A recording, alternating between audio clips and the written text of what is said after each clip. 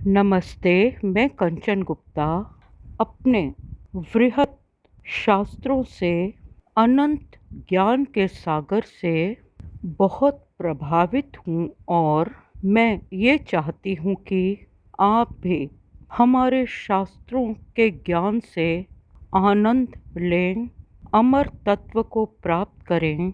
हमारी महाभारत, हमारी भागवत गीता, हमारे 18 पुराण, पुराणिकाएँ, चारों वेद, उपनिषद, रामायण, रामचरितमानस और भक्त जनों के सुंदर काव्य रचनाएं ऐसा सागर हैं जो मनुष्य को उस आनंद तक पहुंचाते हैं जहां केवल दिव्य सुख है, अधिभौतिक सुख है, आत्मिक सुख है। तो आज मैं सभी शुद्ध आत्माओं को बारंबार प्रणाम करते हुए 9वें उपनिषद छंदोग्य उपनिषद की कथा सुनाऊंगी। एक महान ऋषि आरुणि उद्दालक हुए हैं जो गौतम गोत्र के थे। आरुणि उद्दालक ऋषि ने अपने पुत्र श्वेत केतु को अपने ही गुरु धौम्य ऋषि से शिक्षा ग्रहण करने के लिए धौम्य ऋषि के आश्रम में भेजा।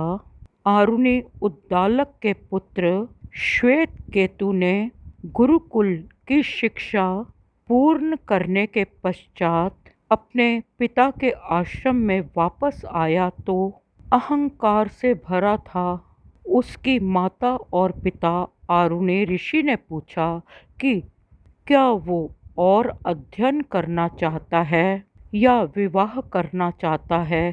तो अहंकार, अभिमान, गर्व, मिथ्या दंभ से भरे श्वेत केतु ने कहा कि वे तो जनक राजा की सभा में शास्त्रार्थ करके विजित होना चाहता है।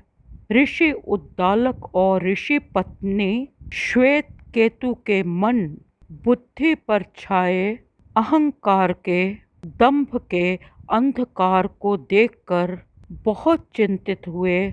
जो अहंकारी होता है वह मूर्ख होता है, वे वेदों का मर्म नहीं जानता। कुछ समय के लिए आरुणि उद्दालक ऋषि अपना कुछ अध्ययन कर रहे थे, परंतु श्वेत केतु में सब्र और संतोष नहीं था। बहुत उतावलेपन से अपने पिता ऋषि उद्दालक से कहता है कि वह कुछ कहना चाहता है और प्रतीक्षा करना नहीं चाहता। उसके स्वभाव को देखकर ऋषि उद्दालक ने कहा कि जिस शाब्दिक ज्ञान पर वो इतना दंभ कर रहा है, वह शाब्दिक ज्ञान और शाब्दिक शिक्षा तो जीवन का बोझ है। ज्ञान से अंधकार नहीं, समझ पैदा होती है। शाब्दिक शिक्षा का बोझ उठाया ना जाए तो बेहतर है। शाब्दिक शिक्षा का बोझ तुरंत उतर जाना चाहिए। तो ऋषि उद्दालक आरुणि ने अपने पुत्र श्वेत केतु को शिक्षित करने के लिए उपदेश दिए। बहुत सुंदर उपदेश हैं वे, जिन्होंने अपने जीवन में उतारे, वही ब्रह्म की प्राप्ति कर सके। जब हम शुद्ध चेतना के साथ उस चेतन ब्रह्म के साथ एकाकार हो जाते हैं तो हमारी व्यक्तिगत पहचान खत्म हो जाती है। सो हम, सो अहम, हम उस प्रभु का अंश हैं।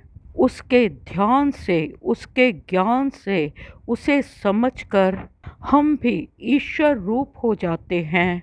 हमारी व्यक्तिगत पहचान खत्म हो जाती है। जैसे सागर में मिलकर नदियाँ भी सागर का जल हो जाती हैं। जैसे बीज में छिपी, एक नन्हे से सूक्ष्म बीज में छिपी वह अदृश्य शक्ति नजर नहीं आती, जो उस बीज को एक बहुत बड़े विशाल वृक्ष और वन संपदा में परिवर्तित कर देती है और बड़े बड़े पर्वतों को विशालकाय वृक्षों से आच्छादित कर देती है। उसी अदृश्य सूक्ष्म से ईश्वर शक्ति से ये जगत उत्पन्न होता है। जैसे पानी में मिला नमक नज़र नहीं आता, दृष्टिगत नहीं होता, लेकिन परंतु नमक मिला पानी नमकीन हो जाता है। उसी प्रकार वह ईश्वरीय ऊर्जा, ईश्वरीय शक्ति, ईश्वर कण कण में विद्यमान है और संपूर्ण ब्रह्मांड का संचालन करता है। ईश्वर की सत्ता को जो जान जाता है उसे वे सुनाई देने लगता है जो पहले कभी सुना ना हो। जिसका चिंतन ना किया हो वही चिंतनीय बन जाता है। जो अज्ञात है वह ज्ञात हो जाता है। हम मिट्टी को जान लेंगे तो मिट्टी से बने बर्तनों का भी रूप देखते ही हम कहेंगे कि ये मिट्टी के बर्तन हैं। मिट्टी को जानकर मिट्टी से बने बर्तनों को पहचान लेंगे। अगर हम स्वर्ण यानी सोना को जान लेंगे तो हम स्वर्ण के आभूषणों को भी कहेंगे कि ये तो स्वर्ण है। स्वर्ण को जानते ही हम स्वर्ण के आभूषणों को पहचान लेंगे। रजत को जानते ही हम रजत के आभूषणों को पहचान लेंगे।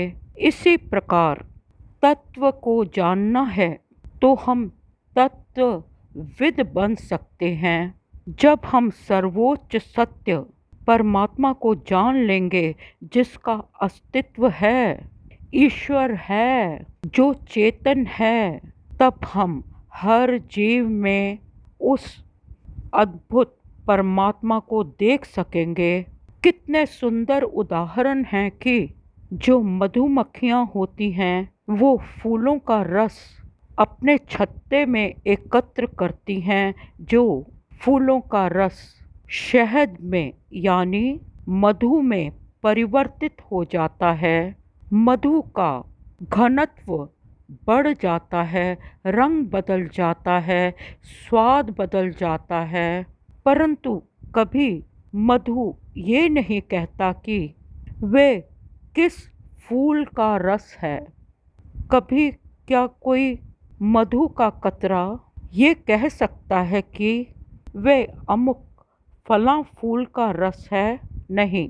इसी प्रकार हमने चेष्टा करनी है, प्रयत्न करना है कि उस परमात्मा की शक्ति का अनुभव करें, समझें, मानें और विश्वास करें। पिता आरुणि ने यानी उद्दालक ने अपने अहंकारी पुत्र श्वेत केतु को ब्रह्म क्या है ये बताया। ये कथा क्रमशः मैं आपको अगले क्रम में बताऊंगी, परंतु पिता से ज्ञान लेकर पुत्र श्वेत केतु के अभिमान का किला टूटा।